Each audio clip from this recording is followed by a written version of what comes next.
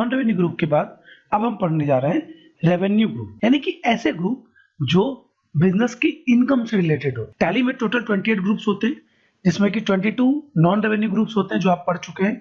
अब हम पढ़ेंगे अगले 6 रेवेन्यू ग्रुप्स। रेवेन्यू ग्रुप्स में पहला होता है सेल्स अकाउंट, जो कि सेल्स से रिलेटेड होता है। इसके अंतर्गत सेल्स एंड सेल्स रिटर्न का लेजर बनाया जाता है। Similarly purchase account purchase and purchase return के लेजर बनाने के लिए डायरेक्ट इनकम, डायरेक्ट एक्सपेंसेस, ये फैक्ट्री और गोडाउन से रिलेटेड या आपके प्राइम बिजनेस से रिलेटेड जो इनकम या एक्सपेंसेस होती है उसके लिए होते हैं। फिर है indirect incomes and then indirect expense, extra incomes and expenses के लिए। अब हम पढ़ते हैं इन सब के बारे में डिटेल में। पहला है सेल्स अकाउंट। सेल्स क्या होता है? बिजनेस में हम जब कोई भी माल बेचते हैं जिसके अगेंस्ट में हमें कोई पैसा मिलना होता है, तो इसी प्रक्रिया को सेल कहा जा सकता है।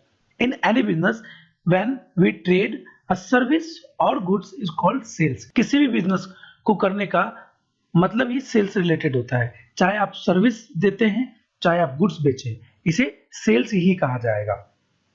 सेल्स को हम यहाँ दो तरह से देख सकते हैं। सेल्स मटेरियलिस्टिक भी हो सकता है या सर्विस रिलेटेड भी। तो इस प्रकार से इसे दो भागों में बांटा जा सकता है। इन्वेंटरी ट्रांजैक्शन, ऐसे ट्रांजैक्शन जिसमें स्टॉक आइटम होते हैं, यानी कि श्याम को 10 पीस लैपटॉप बेचा, इसमें ये पता है कि हमने क्या बेचा, ठीक है, तो इसे हम इन्वेंटरी ट्रांजैक्शन कहेंगे।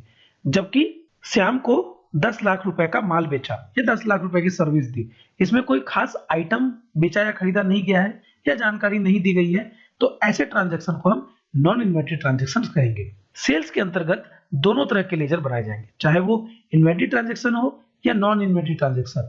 दोनों से रिलेटेड लेजर जो होंगे, सेल पार्ट के लेजर, वो सेल्स में ही बनाए जाएंगे। एक उदाहरण में समझते हैं। मान लीजिए कि अजय के अकाउंट बुक में अजय ने राम को माल बेचा।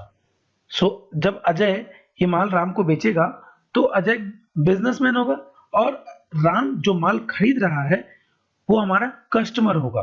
तो सेल्स अकाउंट बेसिकली कस्टमर से रिलेटेड नहीं होता है। मींस आप जिसको माल बेच रहे हैं, जैसे कि राम, तो आप सेल्स में इसे नहीं बनाएंगे, बल्कि जो आप लेजर क्रिएट करेंगे, means Ram account DR to sales, हम अगर यहाँ पर लेजर क्रिएट करें तो क्या लेजर होगा? Ram account DR to sales. तो ये सेल्स का जो लेजर हम बना रहे हैं, इसे ही सेल्स अकाउंट में बनाया जाएगा। जबकि राम का जो ये लेजर है वह किसके अंतर्गत बनेगा? वह बनेगा सन्ड्री डेब्टर्स के अंतर्गत। इसी तरह से सेल्स रिटर्न का लेजर भी सेल्स के अंतर्गत ही बनाया जाएगा।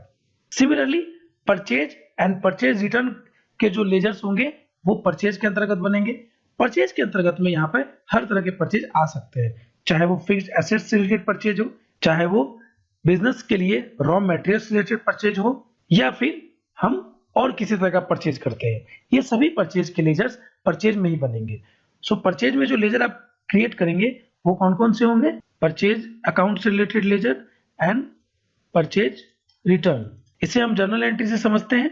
अगर हम अभिषेक से माल खरीद रहे हैं, अभिषेक क्या होगा? हमारा सन्ड्री क्रेडिटर हो। जबकि ये परचेज अकाउंट का जो लेजर हम देख रहे हैं, यह किसके अंतर्गत जाएगा?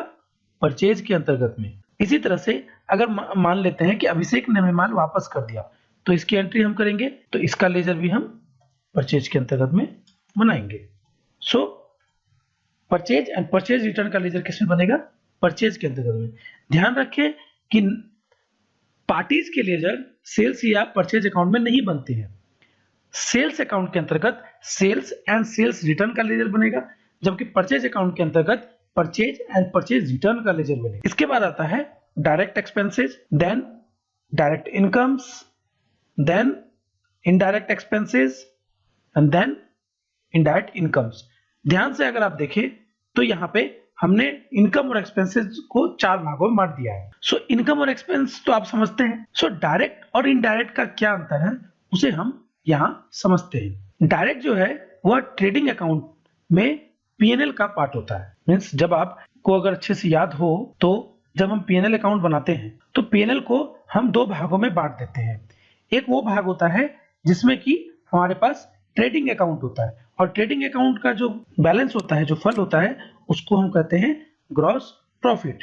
इसी तरह से जो P&L होता है उसका जो फल होता है उसे हम कहते हैं नेट प्रॉफिट। तो ग्रॉस प्रॉफिट निकालने के लिए जिन इनकम्स और एक्सपेंसेस को कैलकुलेट किया जाता है उसे ही हम कहते हैं डायरेक्ट इनकम और डायरेक्ट एक्सपेंस। इसी तरह से ग्रॉस प्रॉफिट के बाद नेट प्रॉफिट निकालने के लिए जिन इनकम और एक्सपेंसेस को कैलकुलेट किया जाता है उसे हम कहते हैं इनडायरेक्ट। डायरेक्ट इनकम और डायरेक्ट एक्सपेंस किसी भी कंपनी के प्रोडक्ट को डायरेक्टली इफेक्ट करता है।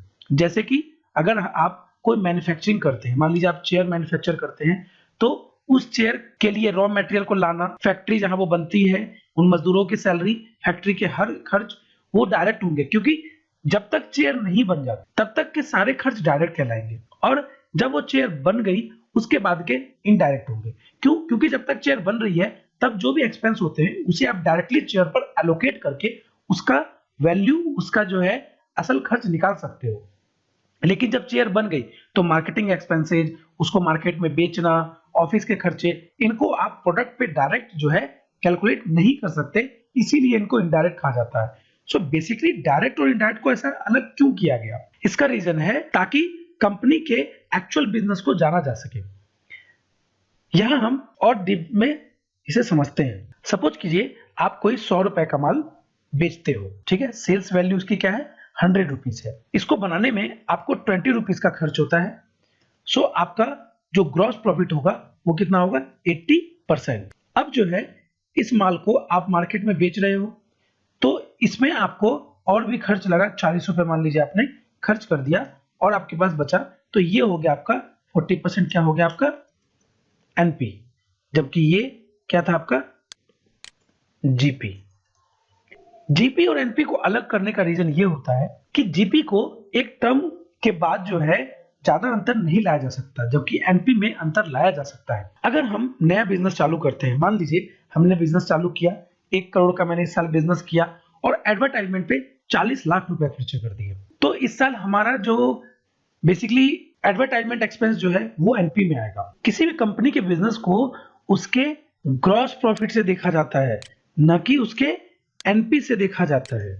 इसका रीजन क्या है, इसे इस एग्जांपल से समझते हैं। मान लीजिए हमने एक बिजनेस चालू किया और इस साल मेरे बिजनेस का जो टोटल टर्नओवर था वो क्या था, 1 लाख रुपए। अब 1 लाख रुपए में जो माल हमने बेचा उसको बनाने पे हमने खर्च कर दिया 20%, तो हमारा जीपी कितना रहा, 80%। लेकिन चूंकि बिजनेस नया है तो इसे बढ़ाने के लिए मैंने 1 लाख रुपए एडवर्टाइजमेंट में भी खर्च कर दिए, तो मेरी कंपनी जो है वो लगभग 125% के लॉस में चली गई। अगर मैं कंपनी को एनपी के हिसाब से देखूं, यहाँ पे हमारा जीपी जो है वो 80% है, लेकिन वो उसी को अगर हम एनपी के हिसाब से देखें तो -125% जो है वो लॉस पे है। लेकिन हमारे मॉडल में कोई खराबी नहीं है। रीजन ये है कि हमने 1 लाख रुपए जो खर्च किया है ये किसका पार्ट है, ये है आपके एनपी का पार्ट है, इनडायरेक्ट एक्सपेंस का पार्ट है। अगले साल हमने चूंकि एडवर्टाइजमेंट अच्छा किया, अगले साल हमारा बिजनेस 1 लाख से बढ़कर क्या हो गया, 10 लाख का हो गया। और मान लें कि हम माल ज्यादा ले रहे हैं तो ज्यादा से ज्यादा आपका जो है प्रोडक्शन एक्सपेंस कितना कम हो पाएगा, 18%, 2% कम हो गया। सो हमारा जो प्रोडक्शन एक्सपेंस है वो घट गया और हमें इस साल आपको जो है कितना प्रॉफिट हो रहा है, इस साल हमें प्रॉफिट हो रहा है 82% का हमारा जीपी है। जबकि अगर हम एडवर्टाइजमेंट कॉस्ट लास्ट ईयर से 1 लाख की जगह 2 लाख भी कर देते हैं तो हमारा बिजनेस जो है स्टिल हमारा बिजनेस जो है प्रॉफिट में है। कितना, अराउंड 60% के हम एनपी में है। किसी भी बिजनेस को उसके ग्रॉस प्रॉफिट से देखा जाता है, न कि नेट प्रॉफिट से। बिकॉज अगर आप 100 रुपए का माल बनाते हो और उसको बनाने का कॉस्ट आपको 30 रुपए है, यानी कि आपके बिजनेस की कमाई देने की क्षमता बहुत अच्छी है, 70 रुपए तक आपको वो कमाई दे सकता है, 70% तक। लेकिन बिजनेस को ग्रो करने के लिए काफी सारी चीजों की जरूरत पड़ती है, ऑफिस एक्सपेंसेज हैं एंड देन एडवर्टाइजमेंट एक्सपेंसेज है।